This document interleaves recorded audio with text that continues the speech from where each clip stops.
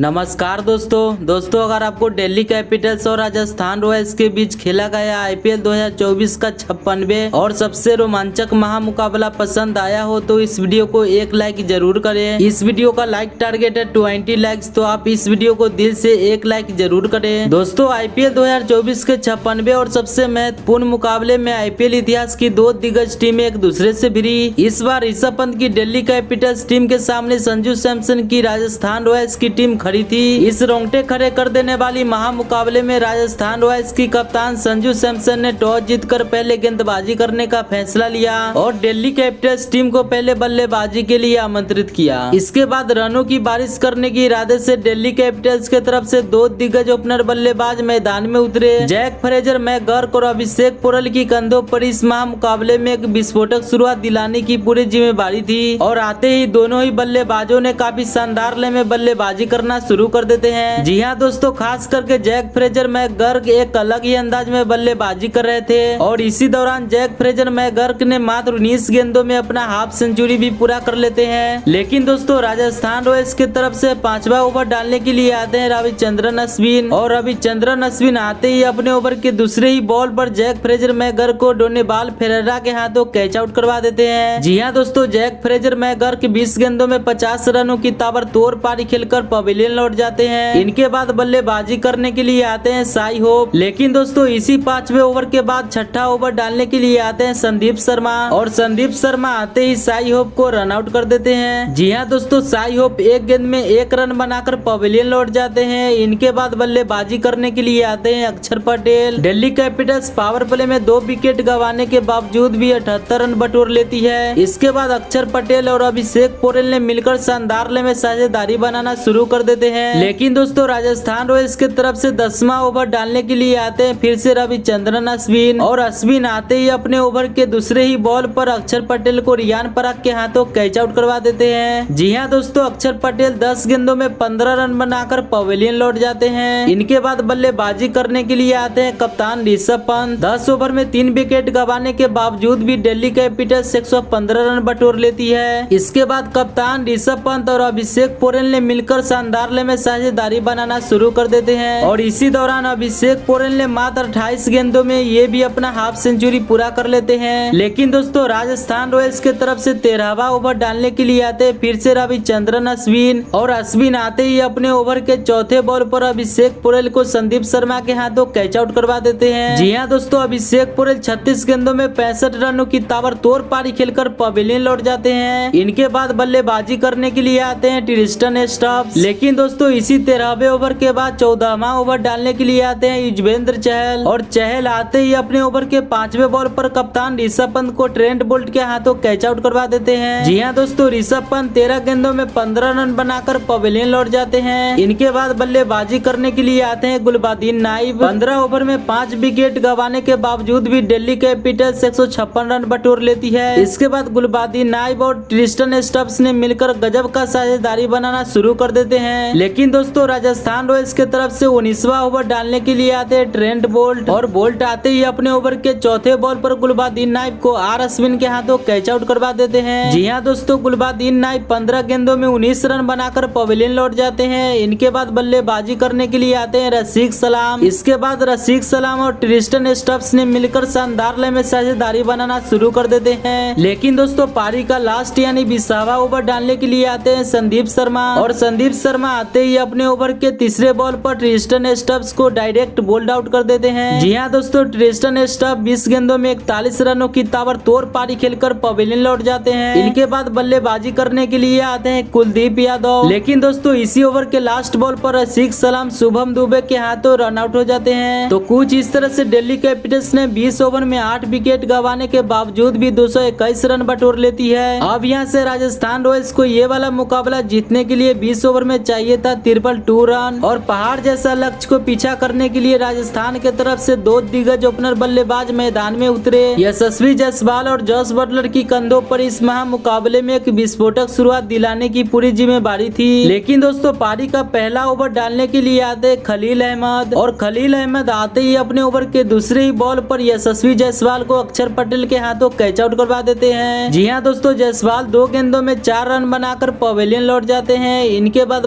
बल्लेबाजी करने के लिए आते हैं कप्तान संजू सैमसन। इसके बाद संजू सैमसन और जॉस बटलर ने मिलकर गजब का साझेदारी बनाना शुरू कर देते हैं। लेकिन दोस्तों दिल्ली के तरफ से छठा ओवर डालने के लिए आते हैं अक्षर पटेल, और अक्षर पटेल आते ही अपने ओवर के 5वें बॉल पर जॉस बटलर को बोल्ड आउट कर देते हैं। जी हाँ दोस्तों, जॉस बटलर 17 गेंदों में 19 रन बनाकर पवेलियन लौट जाते हैं। इनके बाद बल्लेबाजी करने के लिए आते हैं रियान पराग। पावर प्ले में 2 विकेट के नुकसान पर राजस्थान रॉयल्स 67 रन बटोर लेती है। इसके बाद रियान पराग और संजू सैमसन ने मिलकर गजब का साझेदारी बनाना शुरू कर देते हैं। 10 ओवर में 2 विकेट के नुकसान पर राजस्थान रॉयल्स 93 रन बटोर लेती है। लेकिन दोस्तों पारी का 11वां ओवर डालने के लिए आते हैं रशीद सलाम, और रशीद सलाम आते ही अपने ओवर के लास्ट बॉल पर रियान पराग को बोल्ड आउट कर देते हैं। जी हाँ दोस्तों, रियान पराग 22 गेंदों में 27 रनों की महत्वपूर्ण पारी खेलकर पवेलियन लौट जाते हैं। इनके बाद बल्लेबाजी करने के लिए आते हैं शुभम दुबे, और इसी दौरान संजू सैमसन मात्र 27 गेंदों में अपना हाफ सेंचुरी भी पूरा कर लेते हैं। इसके बाद शुभम दुबे और संजू सैमसन ने मिलकर गजब का साझेदारी बनाना शुरू कर देते हैं। 15 ओवर में 3 विकेट के नुकसान पर राजस्थान रॉयल्स 159 रन बटोर लेती है। लेकिन दोस्तों दिल्ली के तरफ से 16वां ओवर डालने के लिए आते हैं मुकेश कुमार, और मुकेश कुमार आते ही अपने ओवर के 4थे बॉल पर कप्तान संजू सैमसन को साई होप के हाथों कैच आउट करवा देते हैं। जी हाँ दोस्तों, संजू सैमसन 46 गेंदों में 86 रनों की महत्वपूर्ण पारी खेलकर पवेलियन लौट जाते हैं। इनके बाद बल्लेबाजी करने के लिए आते हैं रोमन पोवेल। लेकिन दोस्तों इसी 16वें ओवर के बाद 17वां ओवर डालने के लिए आते हैं खलील अहमद, और खलील अहमद आते ही अपने ओवर के 4थे बॉल पर शुभम दुबे को ट्रिस्टन स्टब्स के हाथों कैच आउट करवा देते हैं। जी हाँ दोस्तों, शुभम दुबे 12 गेंदों में 25 रनों की ताबड़तोड़ पारी खेलकर पवेलियन लौट जाते हैं। इनके बाद बल्लेबाजी करने के लिए आते हैं डोनोवेन फेरेरा। लेकिन दोस्तों इसी 17वें ओवर के बाद 18वां ओवर डालने के लिए आते हैं कुलदीप यादव, और कुलदीप यादव आते ही अपने ओवर के पहले ही बॉल पर डोनेवाल फेरेरा को एलबीडब्ल्यू आउट कर देते हैं। जी हाँ दोस्तों, डोनेवाल फेरेरा 3 गेंदों में मात्र 1 रन बनाकर पवेलियन लौट जाते हैं। इनके बाद बल्लेबाजी करने के लिए आते हैं रविचंद्रन अश्विन। लेकिन दोस्तों इसी ओवर के लास्ट बॉल पर आर अश्विन भी साई होप के हाथों कैच आउट हो जाते हैं। जी हाँ दोस्तों, आर अश्विन 3 गेंदों में मात्र 2 रन बनाकर पवेलियन लौट जाते हैं। इनके बाद बल्लेबाजी करने के लिए आते हैं ट्रेंट बोल्ट। अब यहाँ से राजस्थान रॉयल्स को ये मुकाबला जीतने के लिए 6 बॉल में चाहिए था 29 रन, और मुकेश कुमार आते ही 20वां ओवर के दूसरे ही बॉल पर आर पोवेल को बोल्ड आउट कर देते हैं। इनके बाद बल्लेबाजी करने के लिए आते हैं अवेश खान। तो कुछ इस तरह से राजस्थान रॉयल्स मात्र 201 रन बना पाती है, और राजस्थान रॉयल्स ये वाला मुकाबला 20 रनों से हार जाती है। जी हाँ दोस्तों, आज का मुकाबला दिल्ली कैपिटल्स ने जीत चुकी है पूरे 20 रनों से।